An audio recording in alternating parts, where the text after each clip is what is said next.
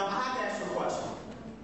Is anybody in here, you might have been hanging out, might have been chilling, doing your own thing, you know, whatever, you're just kind of doing your deal, you're just sitting there, and all of a sudden, right before you, a fantastic thing just happens. Something that if you're lucky, you'll catch. Because all the times you miss it, it's like right after or right before. You know, you're sitting there, and all of a sudden, some guy's walking, and in slow motion, you start seeing the arms flailing, 20 different directions. All of a sudden, the eyes get real big and glossy, you know? Sounds that you have never heard before come out. I'm talking high-pitched sounds that only a 2-year-old should say, you know? And all of a sudden, that microseconds are just slowing down, and then that body part bounces off the pavement. Could be a knee, could be an arm, could be a head, and they just trip and fall down, just like, ugh. Has anybody ever seen it before? Have you ever seen somebody just totally just fall and just bite it? And as you watch it, were you not wrestling with the urge to laugh and the urge to go, I need to help him, right? Right? Because that's why we watch those wipeout shows with the big red balls and the punching in the face, right? That's why we watch viral videos on the internet of skaters just crashing. There's a picture up here. Look at this dude right here. And this dude is just big. And he's in time kind of captured. You see the skateboard in the back. He must have been coming down those stairs, and he just bit it. And when we watch that, there's also that urge, do we reach out and help him? Or do we reach back and say, thank God that wasn't me, right? Right? And when I was looking at this stuff here, I realized the reason why we like this stuff, or maybe not like it, but the reason why we really connect with people who hurt, who get hurt, and it's alongside us, because we all know what pain's about, right? Right? We all, nobody here wants to get hurt. If I had to choose to give you $100 or 100 punches in the face, which one are you going to take? $100, right? If I said, okay, you got a summer of school or a summer sitting on the beach, which one are you going to take? Right, right. And whoever says school, you're lying. I don't just take the Christian answer. Don't be lying to me, because I don't play that. Because the deal is that what we go through is that nobody wants to suffer. Because suffering can be the smallest thing, it can be the biggest thing. And the reason why we kind of see and identify with pain is because we all know what pain is. And I realize there's 3 things about falling down when you get hurt. All right, let me break that down for you real quick. First thing is this. First thing is the thing that trips you up. You can be walking and then all of a sudden the pole shows up and you just smash into that pole, right? Has anybody ever done that? You know what I'm saying? Look, I saw something the other day. I was at a movie theater and Puff House were sitting there and all of a sudden I hear boom. And then this lady just kind of shook. And we all looked at her, and like she didn't know what happened. Nobody knew, but like a second later, we all realized she walked straight into the glass, thinking it was a door. You know what I mean? Never seen that before. That just blows my mind because we've all done some stupid stuff like that, right? And we can think. I know you can think about the times you did that. I'll give you one quick thing that I did. I wasn't planning on saying, but I'll tell you. I was in marching band when I was in high school. I played sax.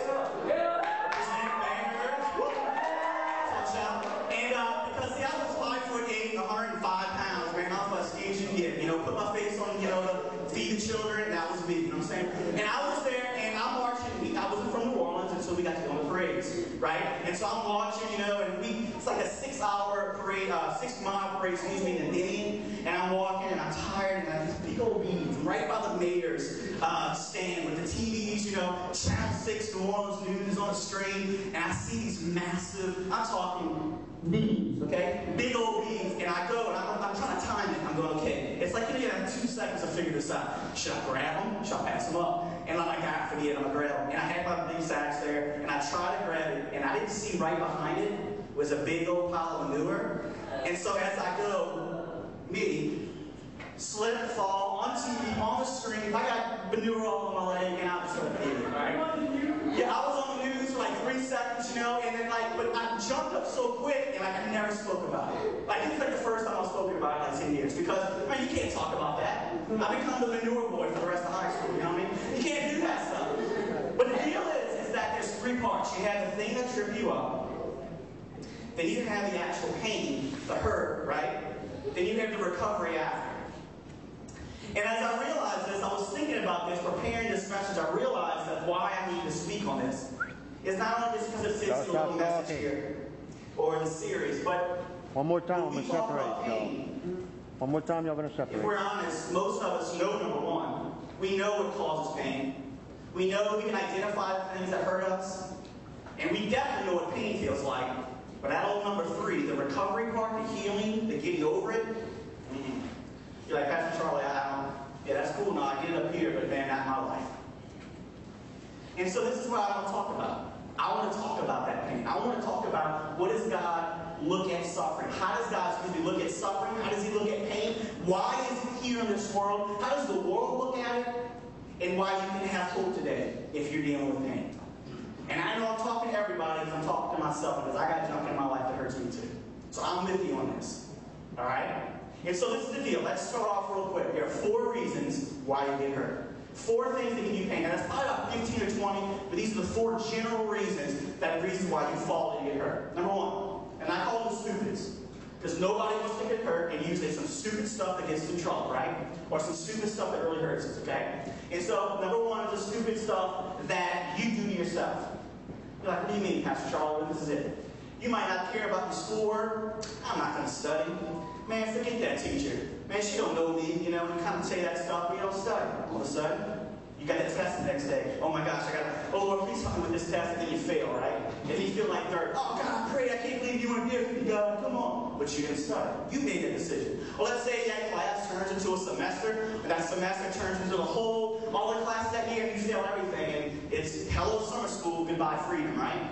Because those are decisions that you did. Those are stupid decisions. They're not smart, because if nobody wants to be in summer school, but in the middle of it, we're like, man, forget that quiz. We're not thinking, if I fail, I gotta go to summer school. Or we're not talking about the fact that, hey, here's another decision, where, you know, a little kiss here, a little touch there, some choice foods here, and bam, goodbye dreams, hello McDonald's. I gotta take care of a little boy at 16 years old.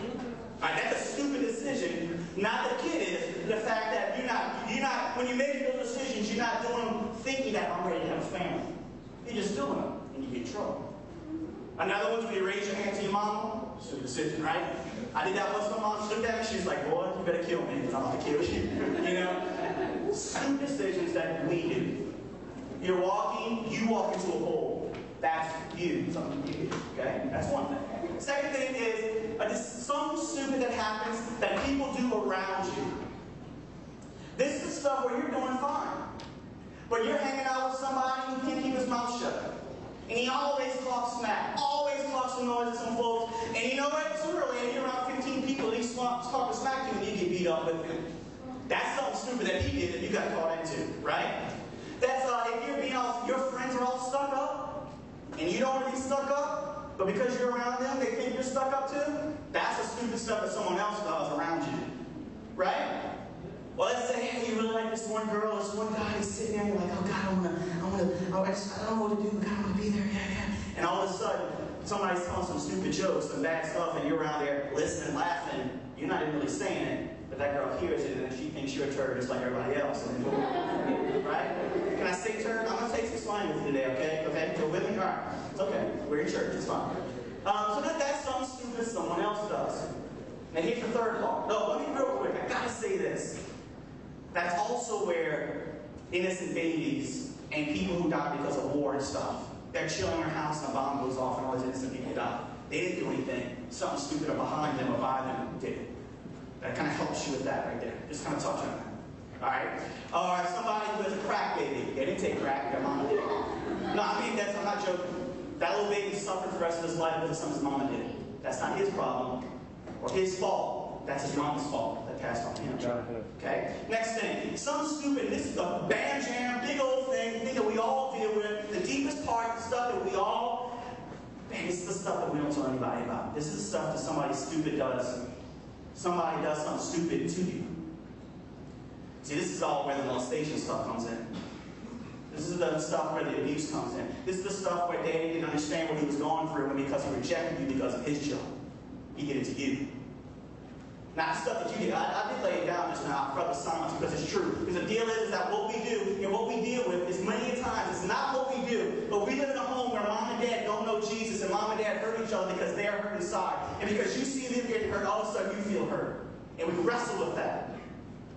That's where all that stuff, when somebody doesn't like themselves, they bully you and they make fun of you because you're trying to be different. All of a sudden, that's their business. They threw it on you and you're hurt. You didn't do anything. They did it and they're hurting you. There are shows that are made like that. You ever saw Glee? That whole entire show's about that.